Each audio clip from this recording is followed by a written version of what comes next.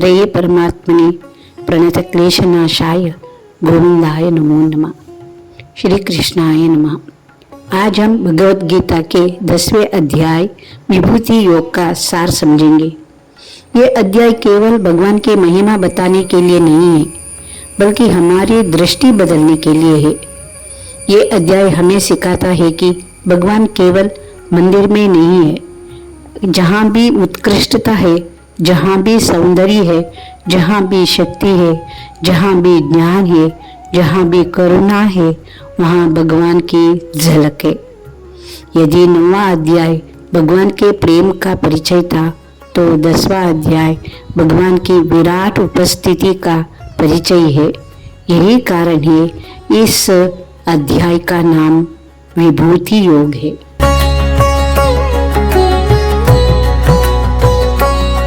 एक शिष्य ने अपने गुरु से पूछा, भगवान कहाँ रहते हैं?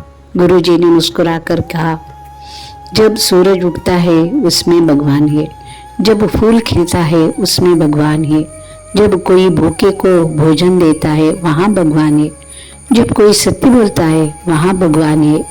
शिष्य ने फिर पूछा, तो क्या भगवान हर जगह है? गुरु ने कहा, हाँ बेटा, लेकिन हर कोई उन्हें पहचान नहीं पाता। यही पहचानना सिखाता है विभूति योग।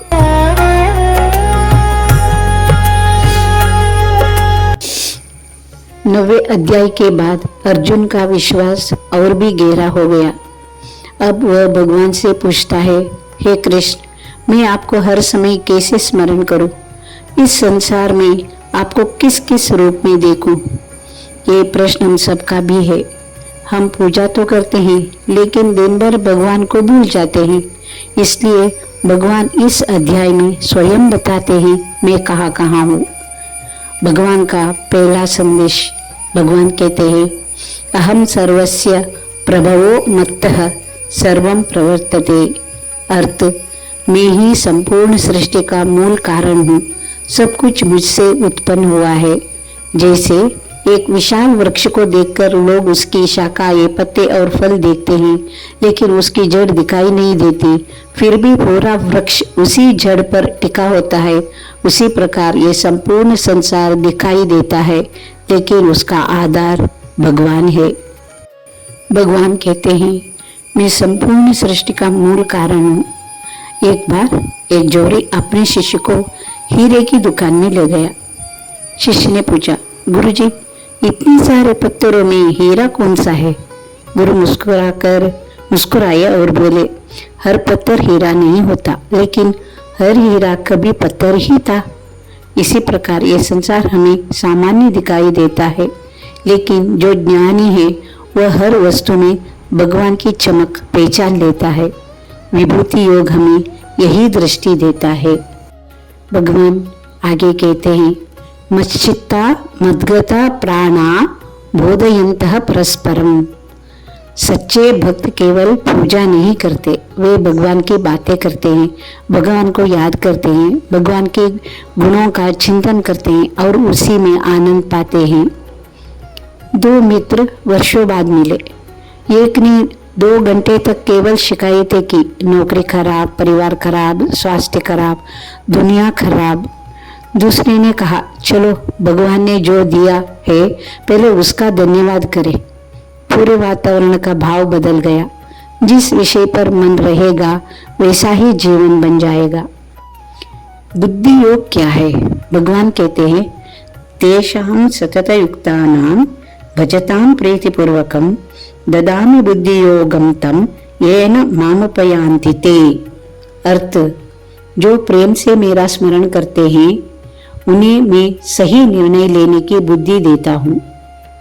ध्यान दीजिए, भगवान हमेशा समस्या नहीं हटाते, लेकिन समस्या से निकलने का मार्ग अवश्य दिखाते हैं। चलिए एक दैनिक जीवन का उदाहरण समझते हैं। कई बार हम किसी कठिन निर्णय में उलझ जाते हैं। अचानक भीतर से आवाज आती है, यही सही है।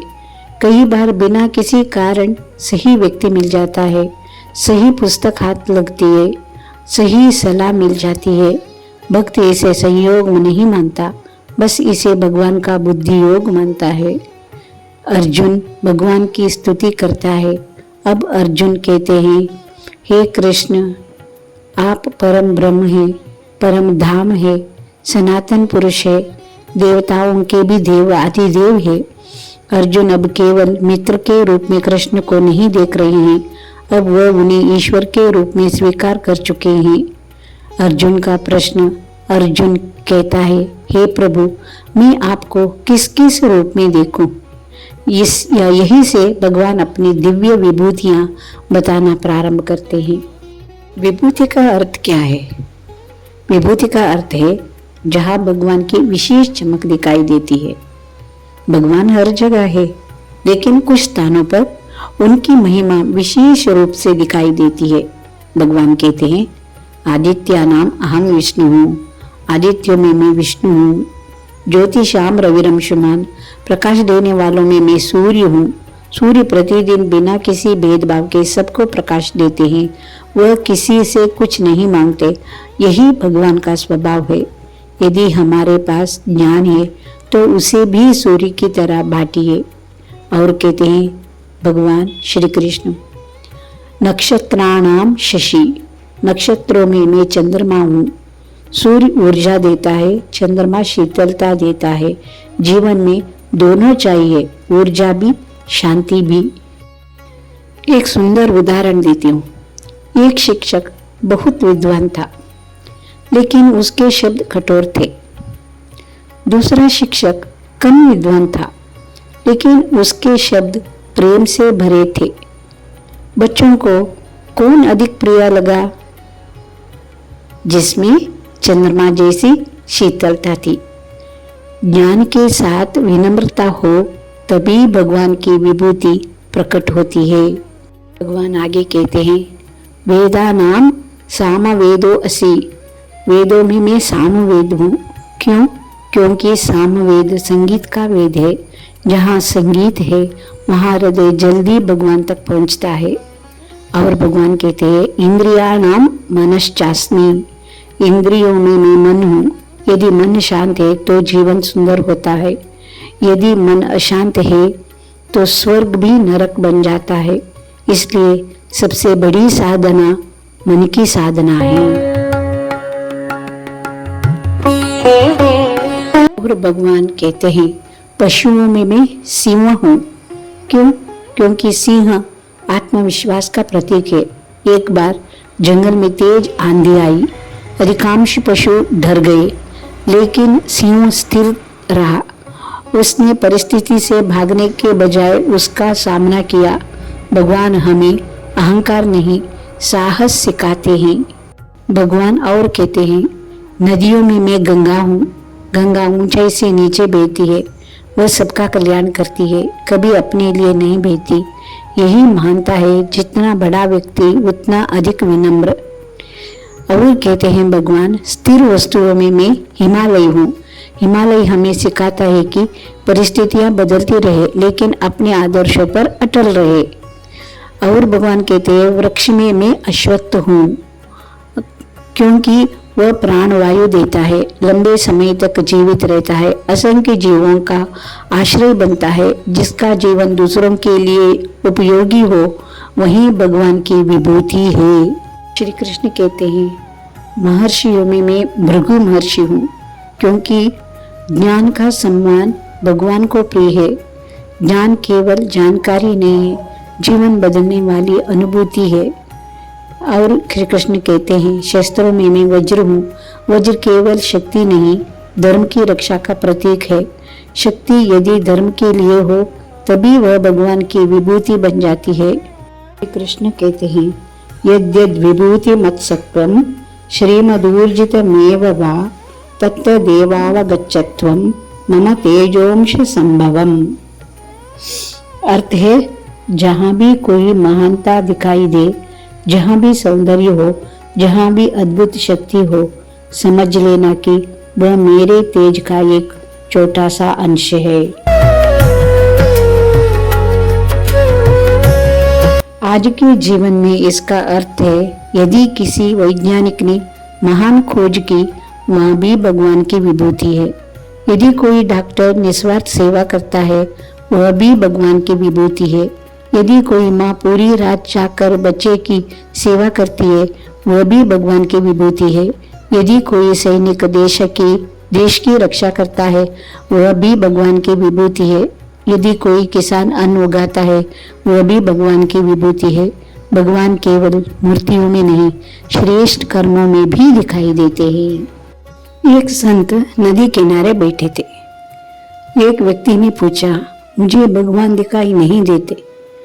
संत ने उसे एक छोटा दर्पण दिया और कहा, इसे मिट्टी में डाल दो।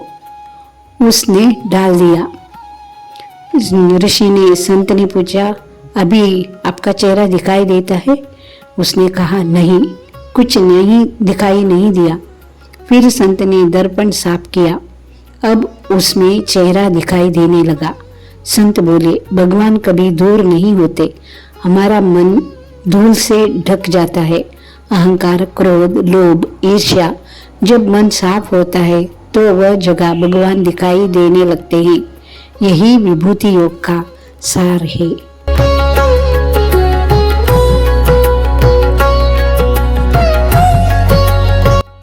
विभूति योग हमें संसार छोड़ना नहीं सिखाता, यह संसार को भगवान की दृष्टि से देखना सिखाता है। जब सूर्यदेव देखे, भगवान को याद करे। जब चंद्रमा को देखे, भगवान को याद करे। जब हिमालय जैसा धैर्य देखे, भगवान को याद करे। जब गंगा जैसी सेवा देखे, भगवान को याद करे। जब किसी में असाधारण प्रतिभा देखे, ईर्ष्या न करे, सोचे ये भी भगवान की विभूति है। तब जीवन में शिकायत कम होगी, कृतज्ञता बढ़ेगी, अहंकार घटेगा, भक्ति सहज हो जाएगी।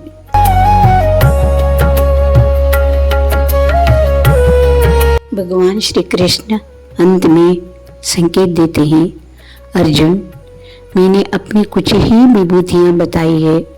मेरी महिमा अनंत है। इस पूरे ब्रह्मांड का आधार मेरे एक अंश से ही स्थित है। यही कारण है कि विभूति योग केवल भगवान की महानता का वर्णन नहीं, बल्कि हमारी दृष्टि का वर्णन है। जब दृष्टि बदल जाती है तो वही संसार जो पहले साधारण लगा था, अब ईश्वर में दिखाई देने लगता है। और जब हर वस्तु में भगवान का दर्शन होने लगे, तब जीवन केवल जिया नहीं जाता, वो एक निरंतर साधना, एक मधुर भक्ति और एक दिव्य अनुभव बन जाता है। आपको आज के विचार कैसे लगे? गोविंद बोलो हरि, गोपाल बोलो, राधा रमण हरि, गोविंद बोलो, गोविंद बोलो हरि, गोपाल बोलो, राधा रमण हरि, गोविंद बोलो, गोविंद बोलो हरि, गोपाल